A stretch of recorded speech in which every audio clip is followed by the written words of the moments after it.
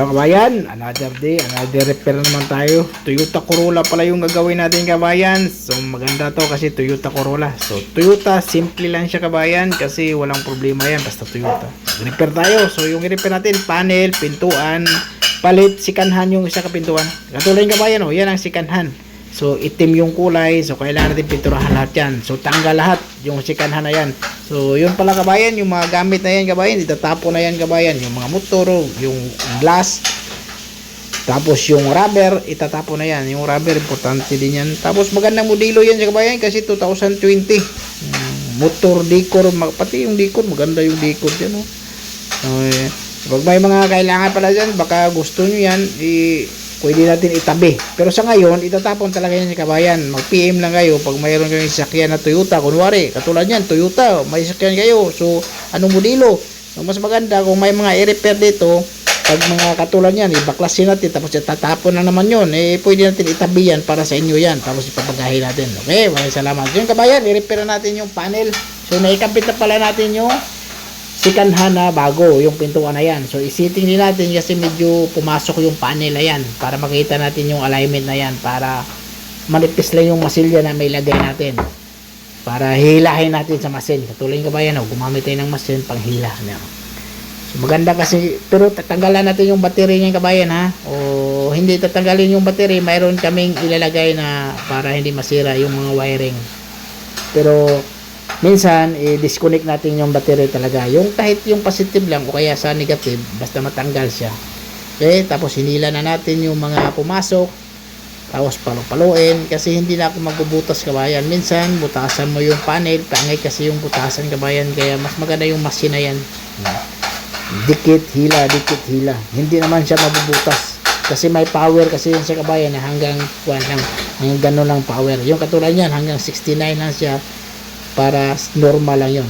Okay na siya kabayan. So lilihain na natin yung kabayan, yung mga itim-itim para matanggal bago natin lagyan ng pintura, o kaya isan-blast natin pag hindi matanggal. So finaliha tayo yan, tatanggalin natin lahat ng masilya kasi na-repair na dati yung kabayan, makapal yung masilya din yan, may nakalagay na masilya yung sa may dulo yan, sa may papuntang bumper. So makapal na yung masilya dyan kasi na-repair na dati yan. Yan, pakintabi natin, ipakita natin yung bakal para mas maganda. Dito kasi kabayan, kailangan makita yung bakal bago mo lagyan ng masilya. Hindi lang yung lilihain mo ng iti, tapos okay na, masilyahan mo na. Hindi, ipakita yung bakal dito bago ka maglagay ng masilya. Ano? So, natanggal na. So, yun, masilya na tayo agad. So, first coating tayo kabayan kasi nag-second coating ako ng kabayan ha. Pero hindi ko na ata na video yung second coating. Basta dalang pahid tayo dyan. Sa unang pahid tayo, so punduhan natin yung medyo malalim-lalim. Pero okay na yun sa kabayan kasi yung pintuan na yan, nasiti naman natin, nakita natin yung alignment sa pintuan, okay na yan. Pero hindi ko muna tinanggal para makita talaga natin yung final sitting niya sa masilya. Ano, tapos may linya din yan sa kabayan ha, pakanto. Ano. So ganun lang kasimple magpahid ng masilya. Tapos yung sa pintuan pala na sikanhan, may tama din yan. Sa taas lang naman yung tama din. Tapos yung pangalawang, yung driver side na pintuan, repair din yun. Yan. Tapos masin tayo, unang natin, liha. Masin gagamitin natin. 120 yan sa kabayan na sandpaper yung gamit natin. Tapos yun pa kabayan, hindi ko na napakita. Yan, fine na lang sa kabayan. Oh. So okay na yung taas.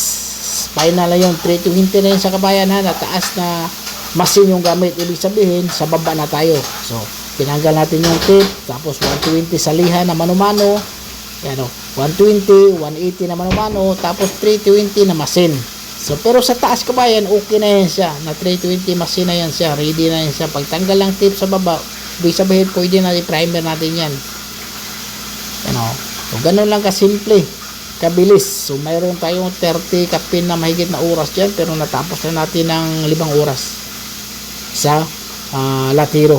Ganun lang kasimple mga ganyang buwan kabayan, yung ganyang trabaho, mabilis lang, saglit lang yung mga ganyang trabaho, lalo na sa pagtanggal ng mga accessories. So, saglit lang yan kasi Toyota, walang problema. So kasi kabayan, tingnan mo, silipin natin kung mayroon bang mga kunting wala, okay.